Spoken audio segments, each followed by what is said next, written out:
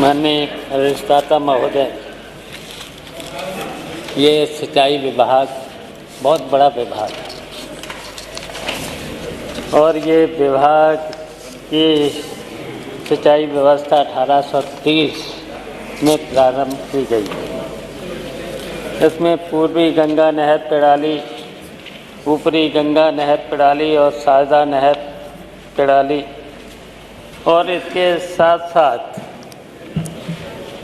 माता टीला, रहन, रामगंगा, टहरी, शारदा, सहायक, गंडक, अन्य बहुत सी नहर प्रणालियों का निर्माण हुआ था और इसके प्रदेश की कुल नहरों की लंबाई 74,000 किलोमीटर, जिसमें 4,626 किलोमीटर मुख्य नहरें, 4,483 किलोमीटर शाखाएं, 23,627 किलोमीटर रजवाई,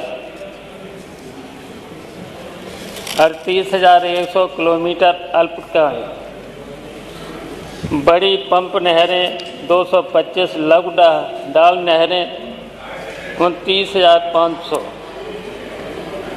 क्यूसिक तथा 4,600 नलकूप क्यूसिक क्षमता वाली राजकीय नलकूप। तो ये बहुत बड़ा विभाग था और 1830 में ये शुरू किया गया था। लेकिन मैं जो भी अभी मंत्री जी ने बजट रखा है, तो अगर इनकी क्षमता बढ़ाने का तो कोई काम किया नहीं है, इन 8 सालों में कोई क्षमता बढ़ाने का काम नहीं किया है और न तो इनकी सिल्ट सफाई का कोई काम हुआ है। अगर सिल्ट सफाई इनकी पूरी तरह से निकाल दी जाती तब भी कम था, क्योंकि क्षेत्र बहुत बड़ा है। तो जब सिंचित क्षेत्र बड़ा है तो नहरों, जहाँ से भी नहर, गंगा से या कई नदियों से जहाँ से शुरुआत पानी बढ़ाने की जाती, तब तो सिंचित व्यवस्था ठीक होती। लेकिन माननीय मंत्री जी ने प्रयास किया है,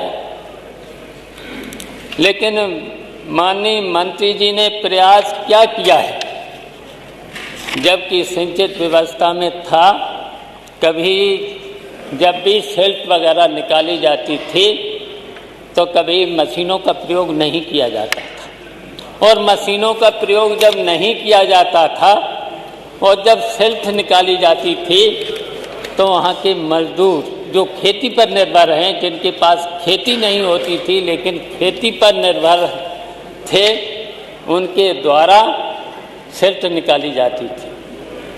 लेकिन आधुनिकीकरण सब बड़ी बड़ी मशीनों का, और यहाँ तक कि जब नहरों में क्षमता, जब पानी देते थे तो उसके डोला होता है, एक डोला, माननीय मंत्री जी डोला समझ रहे होंगे।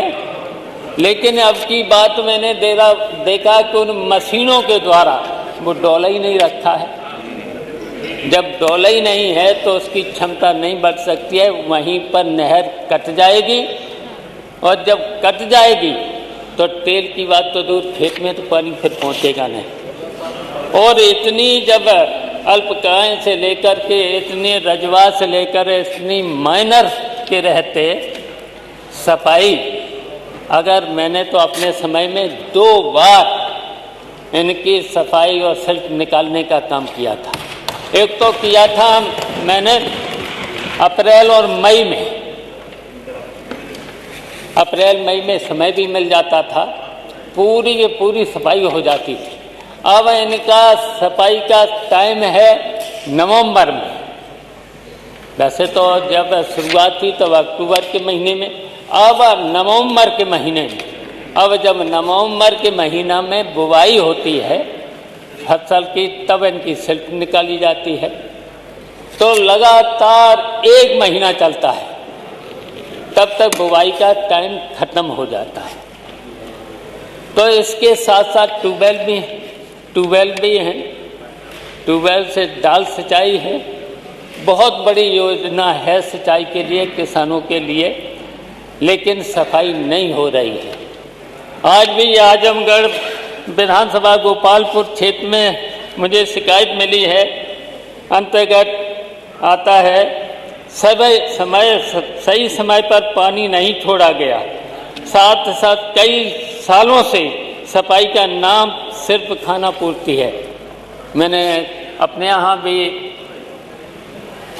मंत्री जी से 1 महीना पहले करीब किया था कि भाई पानी की बहुत ज़रूरत है, फसल खड़ी हुई है, लास्ट फसल को पानी देना है, लेकिन एक नहर में तो पानी दे दिया था, कुछ दिनों बाद, तुरंत तो नहीं पहुंचा, 1 हफ्ते बाद पहुंचा था मंत्री जी। 1 हफ्ते बाद मंत्री जी को पता ही होगा कि जब नहर से पानी छोड़ा जाएगा तो रास्ते में चलते चलते चलते पानी में 1 हफ्ता तो लगे ही जाए। बगल में नहीं है, बगल में नहीं है, ओखला कितनी दूर है। फिर उसके बाद और जब दूसरी बार आप पता लगा लेना, दूसरी नहर में पानी जब पहुंचा वो नहर तोड़ दी गई, उसके बाद 15 दिन में शुरू हुआ, तो 15 दिन के बाद फिर 1 हफ्ते बाद 24 दिन के बाद उस नहर में पहुंचा है। तो माननीय मंत्री जी, बहुत कुछ नहीं मुझे कहना है, बहुत कुछ नहीं बोलना भी नहीं है, लेकिन नहरों की सफाई 2 बार करा दीजिएगा, 2 बार करा दीजिए साल में।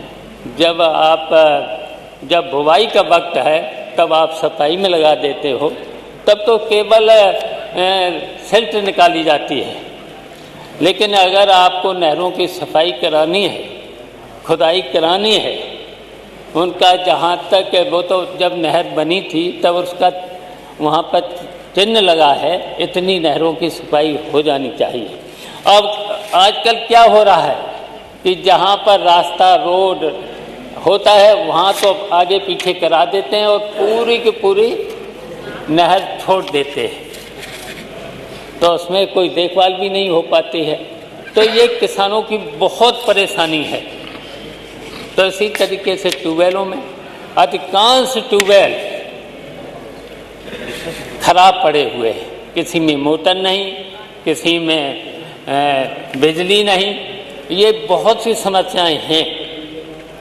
इस समय ट्यूबवेल भी करीब आप 34,000 के करीब ट्यूबवेल होंगे, उनसे तो ये भी है, और ट्यूबवेल भी बढ़ाने की बात है। तो ये अगर आप उस पर ध्यान दे देंगे तो बहुत अच्छा होगा, किसानों के लिए बहुत अच्छा होगा। इसलिए मुझे समय दिया अधिष्ठाता महोदय, इसके लिए धन्यवाद।